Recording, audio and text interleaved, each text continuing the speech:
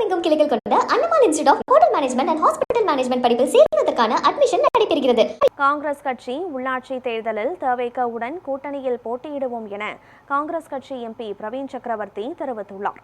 இதுகுறித்து அவர் சென்னை மீனம்பாக்கம் விமான நிலையத்தில் செய்தியாளர்களுக்கு அளித்த பேட்டியினை தற்போது பார்க்கலாம்.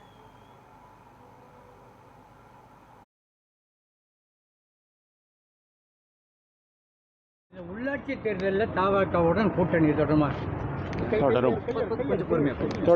ஆளுநர் இது முதல் தமிழ் தாய் வாழ்த்தோடு ஆரம்பிக்கணும். அதுதான் நம்மளுடைய கலாச்சாரம், அதுதான் நம்மளுடைய பண்பாடு. ரெண்டாவது, இந்த வெள்ளை அறிக்கையை பொறுத்த வரைக்கும் வெள்ளை அறிக்கை என்ன தெளிவாக என்ன சொல்லுது? கடன் சுமை அதிகம், ஆனால் அதுக்கும் மேலாக வட்டி சுமை. 100 ரூபாய் வருவாயில் 22 ரூபாய் வட்டிக்கே போகுது.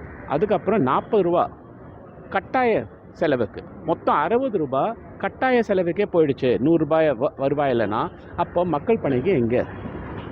இதுதான் நடந்திருக்கு இந்த கடந்த 5 வருஷத்தில்.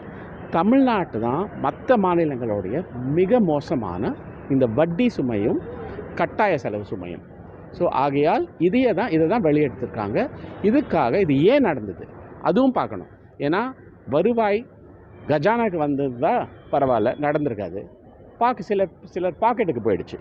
அதை நிறுத்தினாலே, அதை தடுத்தாலே நம்மளுடைய சூழ்நிலை இம்ப்ரூவ் ஆகும். இதுதான் வெள்ளை அறிக்கை ரொம்ப தெளிவாக சொல்லுது.